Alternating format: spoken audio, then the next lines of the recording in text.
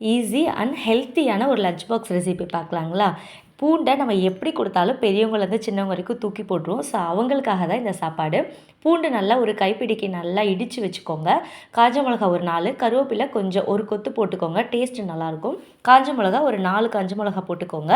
நல்லா எண்ணெயில் ஊற்றி இந்த மாதிரி நல்லா வறுத்து எடுத்துக்கோங்க. நல்ல முருகலாக வர மாதிரி இருக்கணும். அப்போ தான் டேஸ்ட்டும் மணமும் சூப்பராக இருக்கும். வறுத்து அரைச்சி வச்சுக்கோங்க ஒரு மிக்சியில் போட்டு. அதே வானலியில் கொஞ்சமாக எண்ணெய் ஊற்றி நல்லா வெங்காயம் போட்டுட்டு நல்லா வதக்கி விடுங்க. ஸோ நல்லா வதங்கினா தான் டேஸ்ட்டு நல்லா வரும். ஒரு காஞ்ச மிளகா, கொஞ்சமாக ஒரு கைப்பிடி புதினா, கம்பல்சரி புதினா போடுங்க. அப்போ தான் டேஸ்ட்டு நல்லாயிருக்கும்.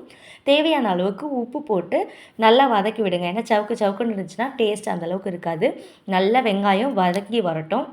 இந்த மாதிரி டைமில் அரைச்சி வச்சுருக்கோம்ல, அதை எடுத்து இதோட போட்டு நல்லா வதக்கி விடுங்க. ரெண்டும் நல்லா ஒன்று சேரணும். ஏன்னா வெங்காயமும் இதுலேயும் நல்லா ஒன்று சேர்ந்ததுக்கப்புறம் நல்லா நிறைய கொத்தமல்லி எடுத்துக்கோங்க. எவ்வளோக்கு எவ்வளோ கொத்தமல்லி போடுறோமோ அவ்வளோ டேஸ்ட்டு மணமும் சூப்பராக இருக்கும். ஸோ இந்த கொத்தமல்லி போட்டு நல்லா வதக்குனதுக்கப்புறம் இந்த சாப்பாட்டில் போட்டு நல்லா பிசைஞ்சிடுங்க.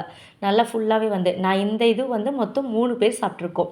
பெரியவங்க 3 பேர், ஒரு குழந்தை 1 சாப்பிட்ருக்கா. ஸோ இவ்வளோ குவான்டிட்டிலேயே நான் இதுக்கு தொட்டுக்க முட்டை தொக்கு வச்சுருக்கேன். ஸோ நீங்கள் எதுவாக இருந்தாலும் ஸ்பைஸியாக வச்சு சாப்பிட்டு பாருங்கள். ரொம்ப சூப்பராக இருக்கும். ட்ரை பண்ணி பார்த்துட்டு எப்படி இருந்துச்சுன்னு சொல்லிட்டு கமெண்ட் பண்ணிக்கோங்க. சப்ஸ்கிரைப் பண்ணிக்கோங்க. நெக்ஸ்ட் வீடியோவில் பார்க்கலாம்.